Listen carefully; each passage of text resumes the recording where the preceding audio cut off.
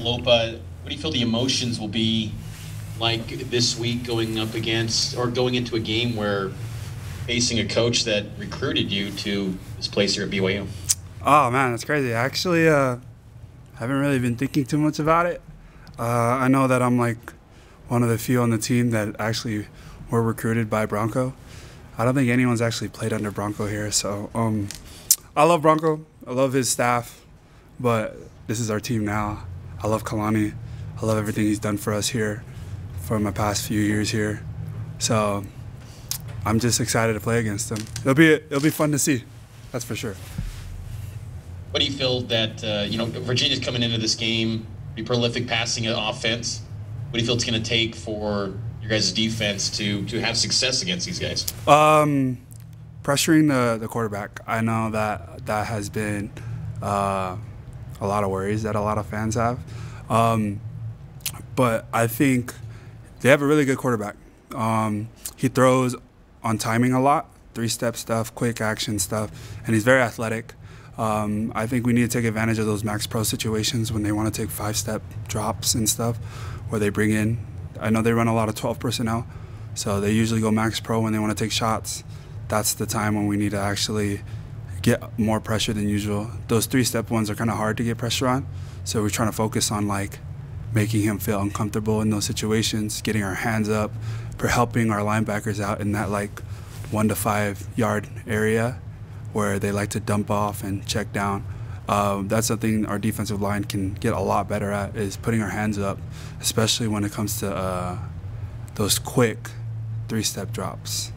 So yeah. Talk to Malik after the game about tackling. Obviously, still some tackles that got away from you guys. You got to give the other team credit. You know, they had good runners, things like that. But how do you address that on a defensive side and as a leader, just trying to clean that up and be more consistent with the tackling technique? That's a great question. That's something we need to work on, especially in practice. The whole physicality of things. I think we've been trying to address it as players. The coaches have been addressing it, but I think that falls on the players. We need to execute better. I don't think there's any excuses that need to be made. We're in the position, and we know how to take our angles. We know where we fill. It just comes down to execution. The first tackle is usually that's something that could be forgiven, but we shouldn't be missing our second and third and fourth tackles. Like, if you're the fourth person there, you shouldn't be missing, especially with how we're supposed to rally to the ball. That's something that we need to take upon ourselves as players. So yeah, that's something that I felt that we as a defense can do a lot better. Uriah, I was going to ask you about Bronco, but Mitch already did, so I'll move on to a different question. All these injuries that have kind of beset the defensive line, has that put a strain on these guys like you? Have you had to play more? Or are you guys kind of leaning on that depth you got? Ooh, man. We trust in all of our guys, that's for sure. I'm banged up too. I think everyone's banged up. But shout out to my defensive line. Those guys are tough sons of guns, bro. It's funny, we always have rehab every Sunday, and it's filled with defensive linemen. And that's because we're sacrificing our bodies. I know I'm gonna just be upfront with you, dog. Like, I see what a lot of people say about our D-line, and I wanna just talk back, but I know I shouldn't. I'm gonna just say this: our defensive line cares. They believe in the scheme. They'll sacrifice their necks, their knees, their whole body for this scheme. And I just wanted to make sure that everyone knows that. Earl's banged up, I'm banged up, Kid and Hawes is banged up, Nisa's banged up, Batty's banged up. But you know what? Like, none of them complain about it. And that's something that I wanted to make sure everyone knows, because I'm going to be upfront with it, bro. Like, playing D-line in this scheme is tough. You got to be one tough son of a gun, bro, like, legit. And that's something that people, it's not a sexy defense. Like, we know, like, everyone wants to see hella sacks, hella things. But when you're taking on double, triple teams all the time, it's kind of like how the cookie crumbles, But I don't think anyone in our room will give it up for anything else.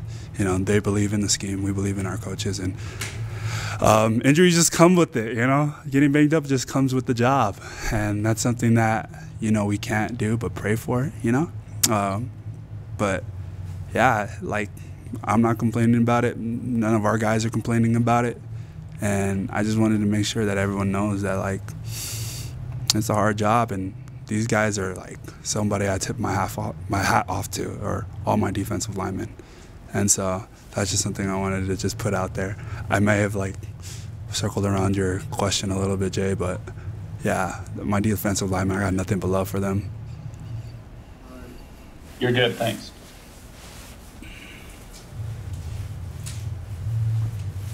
Yeah, Lopa, I wanted to ask you, this is something Donovan Mitchell from the Utah Jazz, he wears glasses when he does media stuff like you do, but he says he actually won't wear contact lenses during games for just whatever reason. It just doesn't work for him. What do you do?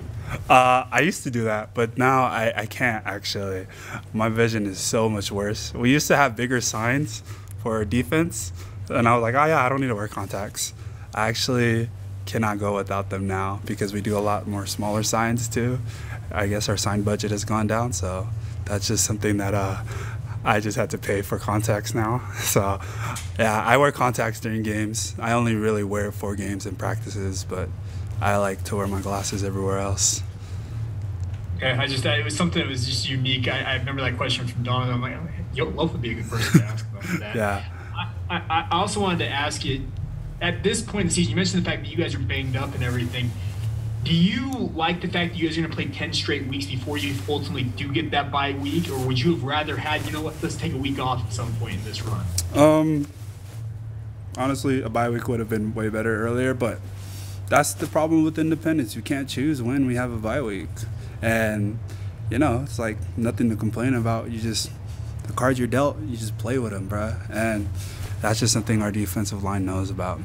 So, yeah. Well, thanks for joining us today. I appreciate you answering a few questions. Hope you have a great day. Thanks, guys.